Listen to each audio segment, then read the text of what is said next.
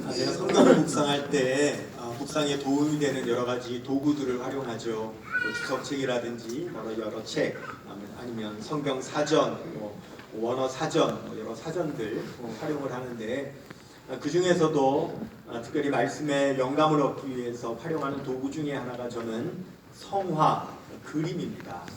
이 그림을 활용하는 이유는요, 그 화가가 그 말씀을 통해서 자기가 깨달은 영감들을 본인이 그린 그림에 반드시 투영시키기 때문에 그 그림들을 보면 미처 제가 생각지도 못했던 그런 말씀의 영감들이 그 그림 안에서 발견되는 경우들이 있어요. 그런데 그 성화 중에서도 특별히 저에게 감동을 주는 한 화가가 있는데, 이 화가는 별명이 그림으로 신앙을 고백하는 화가, 그림으로 설교하는 화가라고 하는 별명을 가지고 있는 그런 화가예요. 17세기의 위대한 화가인 렘브란트입니다. 이 렘브란트는 일평생 성경의 이야기를 참 많이 그림으로 그렸는데요. 그가 그린 성화는 모두 215점이 된다고 합니다. 그렇게 많은 성화를 그렸는데, 오늘은 그 중에서도 성탄절과 관련되어져서 이 렘브란트가 그린 목자들의 경배라고 하는 그림이 있습니다. 이 그림을 잠깐 보면서 우리 같이 말씀 묵상에 도움을 얻기를 원하는데, 이 그림은 1646년도에 이 렘브란트가 그린 그림입니다. 이 그림에 보면 우리가 화면으로 보는지라 좀 자세하게는 볼 수 없어도 이 아기 예수님을 경배하고 있는 목자들이 있는데, 목자들은 목욕도 하지 씻지도 못하고 예수님께 찾아왔어요. 밤에 그 양틈에서 양을 지키던 그 모습 그대로 나왔죠. 그리고 예복으로 갈아입을 형편도 되지 못했기 때문에 입고 있던 누추한 옷을 입고 그대로 왔어요. 그리고 그들은 우리 예수님께 드릴 예물도 하나 준비하지 못한 채 그냥 달려왔어요. 그런데 도리어 이 목자들이 예수님께 무엇인가를 드린 것이 있는 것이 아니라, 이 그림에 보면 반대로 목자들이 그 아기 예수님께 무엇인가를 지금 갖고 있습니다. 렘브란트는 바로 그 메시지를 표현하고 있는 건데요. 여러분이 보실 때 지금 이 목자들이 우리 예수님께 무엇을 받고 있는 것 같습니까? 일부 때는 누가 맞히시던데 뭘 받고 있는 것 같으세요? 바로 아기 예수님에게 나오는 빛을 받고 있습니다. 예수님은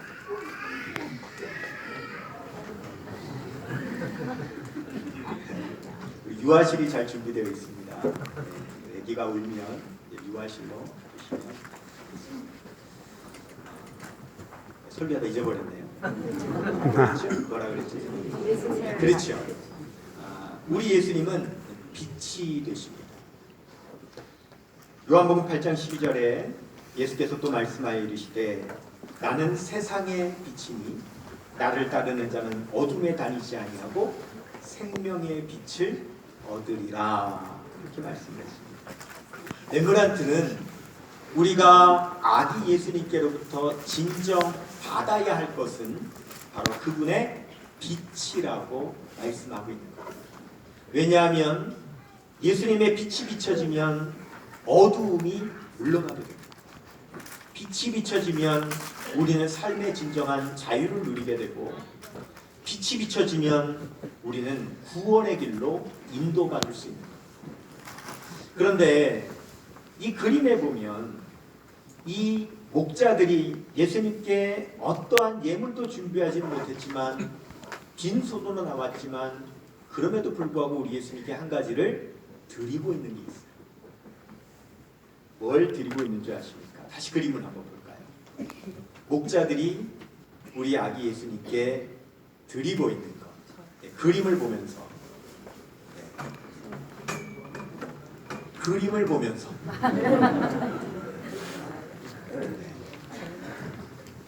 뭘 드리고 있나요? 시선. 보십니다. 렘브란트는 지금 그것을 드리고 있다고 그림을 통해서 메시지를 전하는 거예요. 뭐냐면 우리 예수님께요, 시선을 드리고 있어요. 모든 목자들의 시선이 오직 아기 예수님에게로 향하고 있어요. 즉 우리 모두는 아기 예수님께 우리의 모든 시선을 드려야 한다는 거예요. 히브리서 12장 2절에 믿음의 주여 또 온전케 하시는 이인 예수를 바라보라 그랬습니다. 여기서 바라본다는 말은 영어에 본다는 C라고 하는 단어를 사용하지 않고 고정시킨다라고 하는 픽스라고 하는 단어를 사용했습니다. 우리의 시선을 예수님에게 고정시켜서 우리가 다른 것을 쳐다보지 말아야 한다는 겁니다. 우리가 자동차를 운전하다가 사고가 나게 되면 가장 사고가 많이 나게 되는 그 원인이 뭐냐면 전방 주시 태만이죠. 주변에 볼 게 너무 많기 때문에 우리의 시선을 다른 데로 돌리다가는 인생에 사고가 나게 되는 것입니다. 우리의 시선을 오직 예수님에게 고정시키고 우리는 다른 어떤 시선에 유혹이 있다 할지라도 그것을 바라보지 말아야 된다라고 하는 것이죠. 우리는 오늘 이 성탄절 아침에 예수님께서 오시기 760년 전에 우리 예수님께서 아기로 오실 것을 예언했던 그 이사야 선지자의 그 예언의 한 구절 말씀을 통해서 우리가 오직 예수님에게 우리의 시선을 고정해야만 하는 이유가 무엇인지 오늘 우리가 함께 알아보려고 합니다. 첫 번째, 우리 예수님은 기묘자이시기 때문에 우리는 우리의 시선을 예수님에게 고정시켜야 한다고 이사야 선지자는 예언하고 있습니다. 예수님의 이름은 기묘자입니다. 한번 따라해 볼까요? 기묘자. 기묘자라고 하는 말은 히브리어로 펠렐이라고 하는 말인데 이 말은 우리가 이해할 수 없는 놀라우신 분이다라고 하는 뜻을 가지고 있습니다. 예수님은 기묘하시다는 거예요. 이해할 수 없는 놀라운 분이라는 거예요. 모세가 하나님께서 갈라주신 홍해를 건너자마자 바로 하나님을 찬양할 때 이런 찬양을 불렀어요. 출애굽기 15장 11절에 여호와여 신중에 주와 같은 자가 누구니까 주와 같이 거룩함으로 영광스러우시며 찬송할 만한 위엄이 있으시며 한번 따라해 볼까요? 기이한 일을 행하는 자가 누구니까. 여러분, 모세는 하나님께서 어떻게 홍해를 가르셨는지 알지 못해요. 기이한 일입니다. 그런데 그보다 수천 년이 지난 오늘에 이르기까지도 우리는 홍해가 어떻게 갈라졌는지 이해할 수 없습니다. 여전히 하나님의 역사는 기이한 역사입니다. 기묘한 역사입니다. 우리 예수님께서 태어나실 때는 성령께서 동정녀 처녀에게 성령으로 잉태하셔서 우리 아기 예수님께서 태어나셨습니다. 우리 예수님은 태어나실 때부터 기묘자셨습니다. 기묘자란 우리가 머리로 이해해야 될 분이라는 뜻이 아니라 기묘자란 우리는 그분을 믿음으로 영접해야 될 분이라고 말씀하고 있는 거예요. 땅콩을 개발한 조지 워싱턴 카버라고 하는 그런 박사가 있어요. 1864년에 태어나서 1943년에 세상을 떠난 땅콩을 발명한 그런 농학자입니다. 그는 미국 남부에 있는 농민들이 목화를 재배하다가 목화 재배가 흉작이 됨으로 인하여서 큰 어려움을 겪게 되었을 때에 그는 땅콩을 개발해서 이제 목화의 대체 작물로 땅콩을 재배하라고 제안을 했습니다. 그 말을 듣고 땅콩을 재배했던 사람은 그 땅콩이 너무 고소하잖아요. 그래서 그 땅콩이 미국 전역에 큰 인기를 얻어 불티나게 팔리고 목화로 큰 어려움을 겪었던 미국 농민들이 큰 부를 누리게 된 거예요. 그래서 이 카버를 칭찬하고 막 존경을 했습니다. 그런데 여러분, 문제가 생겼어요. 지금도 농사 짓는 분들이 때로는 그런 실수를 저지르는데 뭐냐면 뭐가 하나 잘 된다 그러면 그 이듬해에는 전 농부가 다 그것만 심는 거예요. 미국도 마찬가지였어요. 땅콩이 잘 되니까 미국의 모든 농부들이 다 땅콩을 심다 보니까 땅콩은 어마어마하게 많은 수확을 얻었는데 그만 가격이 폭락해서 농부들이 하나도 수입을 올리지 못하게 됩니다. 그런데 그때 이 농부들이 또 이 카버 박사를 원망하기 시작하는 거예요. 왜 땅콩은 개발해서 우리를 이렇게 어렵게 만들었냐고. 어제는 칭송했던 그 사람들이 오늘은 이 카버 박사를 원망하는 거예요. 그 농부들의 그 간사함에 이 카버 박사가 너무 큰 상처를 입고 너무 크게 실망해서 그는 치과에 들어갔어요. 연구도 하지 않았어요. 그리고 나는 다시는 연구하지 않을 것이다. 나는 다시는 농부들에게 도움 주지 않을 것이다. 그리고 그가 우울함에 빠져 있을 때 하루는 밤에 산책을 하느라고 밖에 나와 하늘의 별을 바라보게 됐어요. 너무나고 영롱하고 초롱초롱한 은하수처럼 막 펼쳐져 있는 그 별들을 보면서 이 카버는 하나님의 그 오묘하신 창조에 압도당했어요. 그리고 그 별들을 바라보면서 자기도 모르게 이런 기도가 튀어나왔어요. 하나님, 저렇게 영롱하고 아름다운 별을 하나님 만드셨는데 도대체 저렇게 아름다운 별을 만드신 이유가 도대체 무엇입니까? 그렇게 자기도 모르게 입에서 기도가 튀어나왔는데 놀랍게도 하나님의 음성이 들린 거예요. 네가 그것을 알기에는 질문이 너무 크다. 내가 말해줘도 네가 그것을 이해하기에는 질문이 너무 크다. 하나님 알겠습니다. 그렇다면 도대체 저는 왜 만드셨습니까? 그것도 네가 이해하기에는 질문이 너무 크다. 알겠습니다. 그러면 하나님 도대체 왜 저를 통하여 땅콩을 만들게 하셨습니까? 그때 하나님께로부터 이런 음성이 들렸습니다. 알고 싶으냐? 그러면 그 땅콩을 들고 실험실로 들어가라.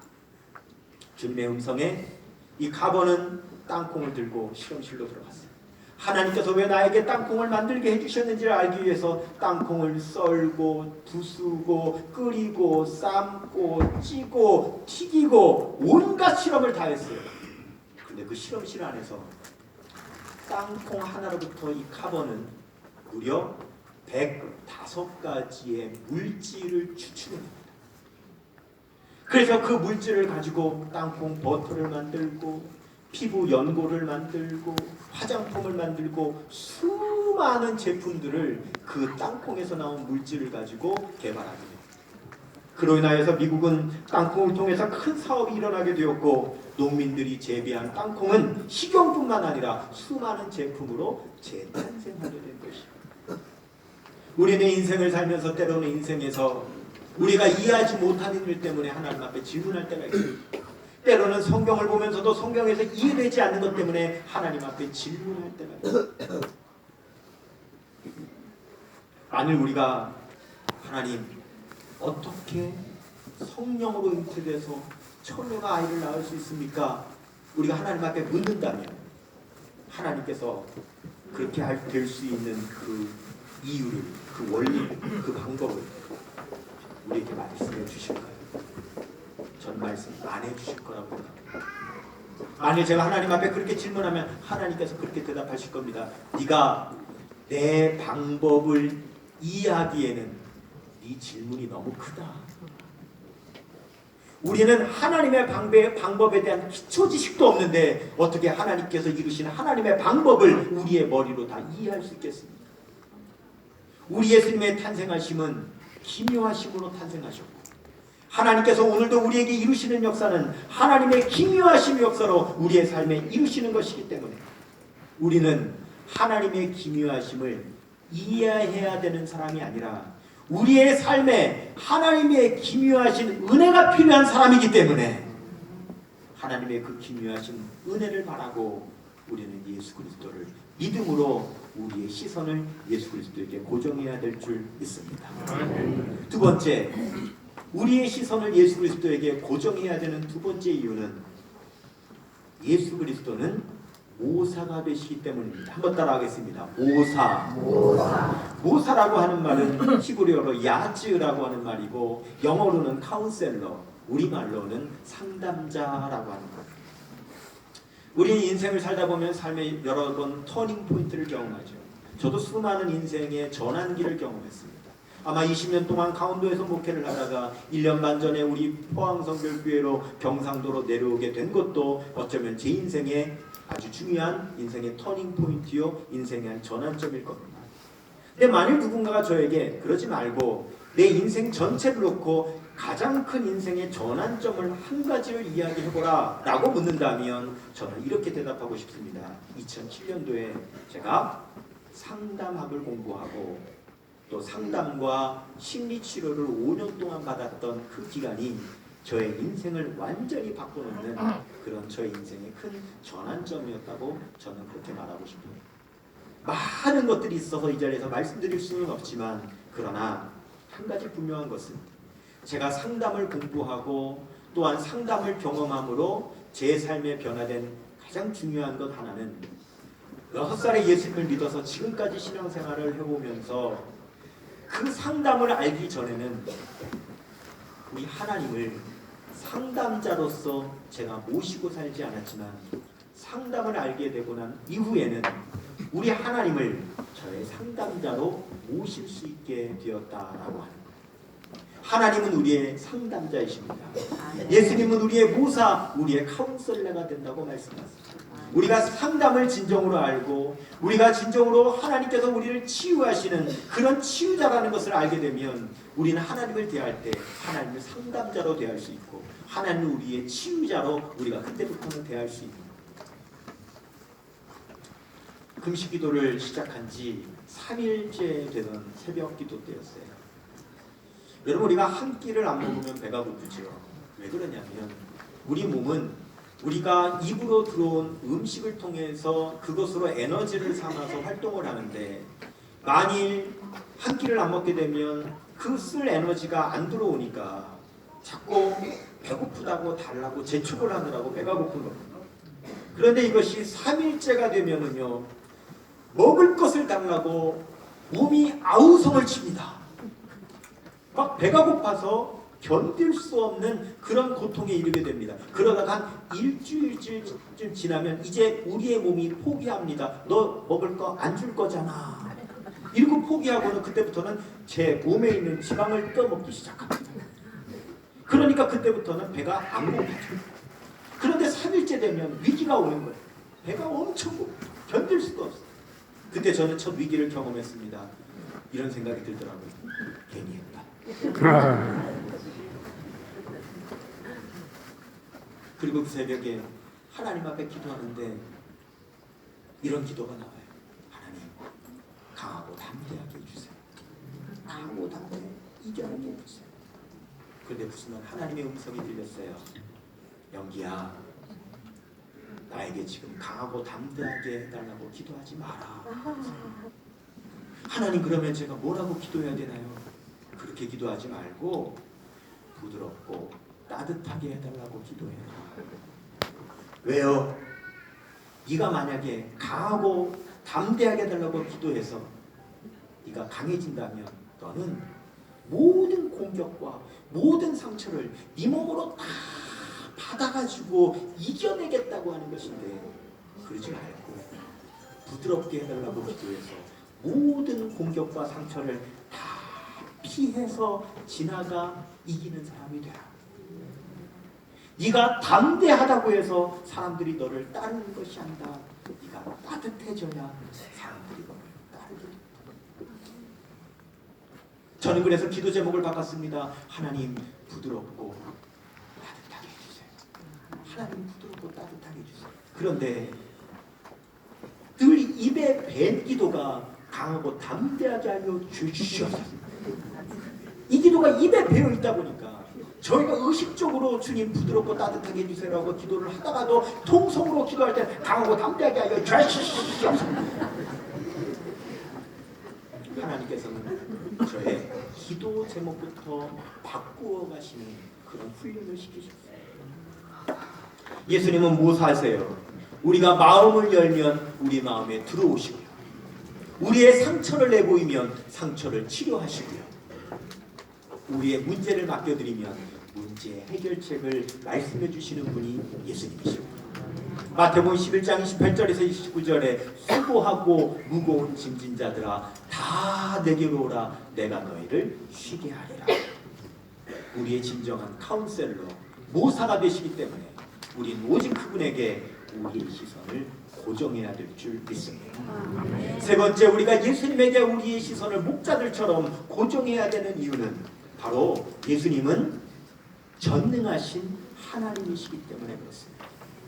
우리는 예수님을 전능하신 하나님이라고 표현할 때 그 전능에 대해서 오해할 때가 있습니다. 예수님의 제자들처럼 오해해요.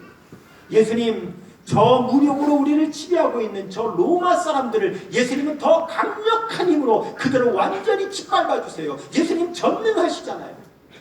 제자들은 계속 그렇게 요구했지만 우리 예수님이 그렇게 하지 않으셨어요.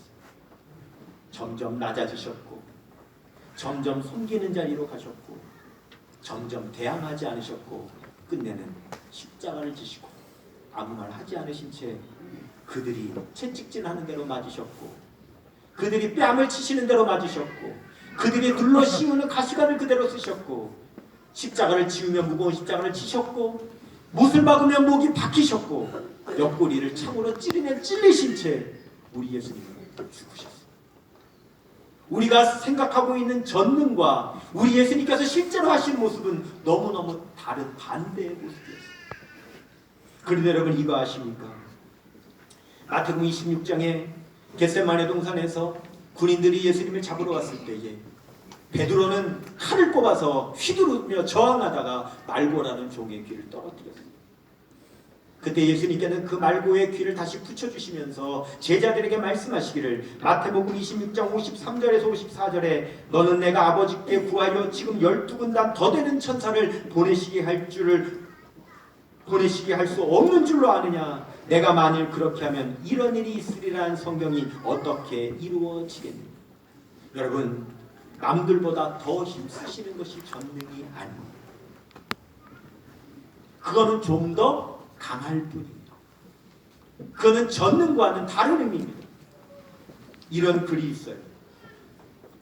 예수님은 마구간 말 구유 위에 누워있는 가장 가난하고 천한 자의 아기로 태어나셨지만 예수님은 경배와 가장 귀한 예물을 받으셨다.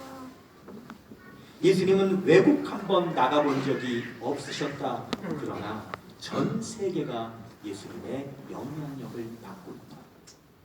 예수님은 책 한 권 쓰지 않으셨다. 그러나 세상에 있는 모든 책 가운데 절반 이상은 다 예수님의 영감을 받아 기록된 책들이다.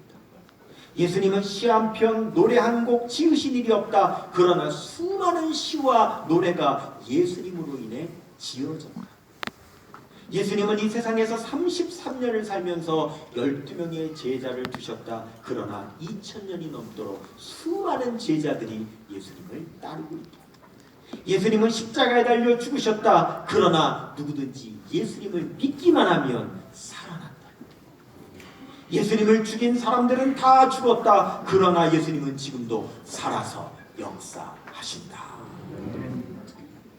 여러분, 진정한 전능이 무엇입니까? 그것은 아무것도 안 하시는 것 같지만 놀라운 역사를 나타내시는 것이 진정한 전능인 줄 믿습니다.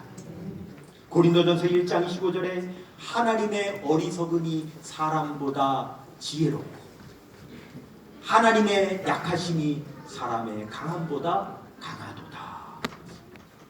우리가 때로는 아무리 기도해도 하나님께서 아무것도 안 하시는 것처럼 느껴질 때가 있어요. 그러나 전능한 하나님, 때로는 아무것도 안 하시는 것처럼 느껴졌지만 결국 위대한 일을 우리를 통하여 이루신 것, 그것이 우리 예수님의 전능한 신인 줄 믿습니다. 그렇기 때문에 우리는 그 전능하신 예수님께 우리의 시선을 고정해야 돼요. 네 번째로 우리가 예수님께 우리의 시선을 고정해야 되는 이유는 우리 예수님은 영존하시는 아버지이시기 때문에 그렇습니다. 한번 따라하겠습니다. 영존하시는 아버지. 예수님께서 우리 하나님을 아버지로 소개해 주셨어요. 그러자 제자들이 하는 말이 그러면 그 아버지를 우리에게 좀 보여주세요 그랬어요. 그때 예수님께서 요한복음 14장 9절에서 말씀하십니다. 나를 본 자는 아버지를 보았거늘 어찌하여 아버지를 보여달라 하느냐. 왜냐하면 하나님께서는 하나님의 모든 권세를 예수님에게 주셨고 그리고 예수님께서는 영원히 우리와 함께 하신다고 약속하셨습니다. 영존하시는 아버지 바로 우리 예수님이실 거예요. 아무리 큰 나무 같은 아버지라도 우리 곁을 떠나시게 되겠습니다. 육신의 아버지는 우리와 영원히 함께하지 못합니다. 그러나 예수님은 우리와 영원히 함께하는 아버지를 하십니다. 우리는 영존하시는 아버지께 우리의 시선을 고정해야 될 줄 믿습니다. 다섯 번째, 우리가 예수님께 우리의 시선을 고정해야 되는 이유는 예수님은 평강의 왕이시기 때문에 그래요. 한번 따라하겠습니다. 평강의 왕. 여러분, 우리가 사는 이 세상에 참 평화가 있을까요? 없습니다. 여러분이 어린 아이들을 보세요. 순진무구한 것 같고 천진난만한 것 같은 그 순결한 것 같은 아이들을 보세요. 부모가 언제 그 아이에게 싸우라고 가르쳤습니까? 언제 미워하라고 가르쳤습니까? 언제 남의 거 뺏으라고 가르쳤습니까? 언제 속이라고 가르쳤습니까? 선생님이 가르쳤습니까? 아무도 그렇게 가르쳐준 사람이 없는데도 보면 싸우고 뺏고 미워하고 욕하고 그 순진무구한 어린아이들에게서 우리는 무서운 인간의 본성을 봅니다. 그런데 하물며 그런 아이들이 자라서 어른이 되었을 때 어떻게 됐겠습니까? 우리는 세상에서 매일 싸우고 죽이고 빼앗고 속이는 뉴스를 듣잖아요. 그러면 우리 마음에는 평화가 있습니까? 두렵고 불안하고 잠 못 들고 우리의 마음에도 평화가 없습니다. 그런데 예수 그리스도는 진정한 평강의 왕이라고 말씀하십니다. 예수님께서 평강의 왕이신 것을 우리가 어떻게 증명할 수 있나요? 그 평강의 왕이신 예수 그리스도를 여러분의 마음에 한번 영접해 보십시오. 그러면 밖에만 전쟁이 있는 것이 아니라 내 안에도 전쟁과 같은 그런 풍랑과 그런 수많은 투쟁이 있는 우리의 마음 안에 예수님께서 들어오시면 평강의 왕이시기에 우리의 마음을 잠잠히 하시고 우리의 마음에 참 평화를 주시는 그 놀라운 평안을 우리가 경험함으로 예수님께서 평강의 왕이신 것을 우리가 체험하고 우리가 증명할 수 있는 거예요. 그래서 예수님을 마음에 모셔서 평강을 경험한 사람들은 하나님 앞에 이렇게 노래해요. 찬송가 408장에 나 어느 곳에 있든지 늘 마음이 편하다. 주 예수 주신 평안아 늘 주만 아도다. 나의 마음속이 늘 평안해. 나의 마음속이 늘 편안해. 악한 죄 파도가 많으나 마음이 늘 편안해. 410장 내 마음에 한 노래 있어. 나 즐겁게 늘 부르네. 이 노래를 부를 때에 큰 평화 임하도다. 평화 평화 하나님 주신 선물 오 크고 놀라운 평화 하나님 선물일세. 411장 내 마음속에 참된 평화 있네. 주 예수가 주신 평화 시험 닥쳐와도 흔들리지 않아. 귀하다 이 평안함. 주가 항상 계셔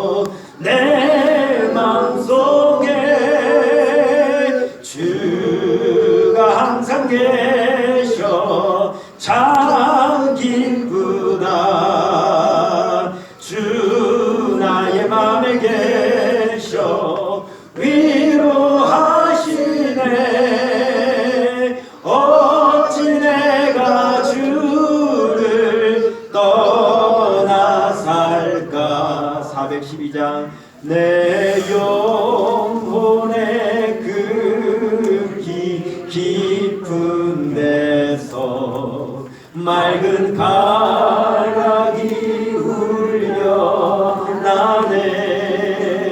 하늘 곡조가 언제나 흘러나와 내 영혼을 고인 삶의 평화 평화로다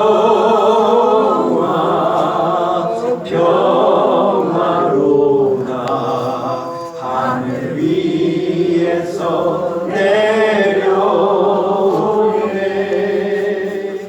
그 사랑의 물결이 영원토록 내 영혼을 덮으소서. 시간 관계상 여기까지. 이사야 선지자는 예수님께서 평강의 왕으로 오시면 이 세상이 어떻게 변하는지를 예언했습니다. 이사야 11장 6절에서 8절 그때에 이리가 어린 양과 함께 사니 표범이 어린 염소와 함께 누우며 송아지와 어린 사자와 살찐 짐승이 함께 있어 어린아이에게 끌립니다. 암소와 곰이 함께 먹으며 그것들의 새끼가 함께 엎드리며 사자가 소처럼 풀을 먹을 것이며 젖먹는 아이가 독사의 구멍에서 장난하며 젖된 어린아이가 독사의 굴에 손을 넣을 것이라. 아멘. 이런 평강을 누가 주실 수 있습니까? 오직 평강의 왕이신 예수님께서 주실 수 있다고 말씀하십니다. 이미 우리의 마음 가운데 오셔서 우리의 마음 가운데 평강의 왕으로 참 평안을 주신 그 예수님께서 이제 다시 재림하시며 이 전쟁 같은 세상에 반드시 참 평안을 이루어 주실 것입니다. 사람들이 이렇게 말하더라고요. 아유, 점점 밖에 나가면 성탄절 분위기가 안 느껴져. 아, 예전 같지가 않아. 여러분, 그거 분명히 아세요. 성탄은 분위기에 취하는 날이 아니에요. 성탄절이 지나가면 아무리 들떴어도 성탄의 분위기는 가라앉게 되어 있어요. 우리는 일상생활로 돌아가게 되어 있습니다. 성탄은 분위기로 끝낼 날이 아닙니다. 성탄은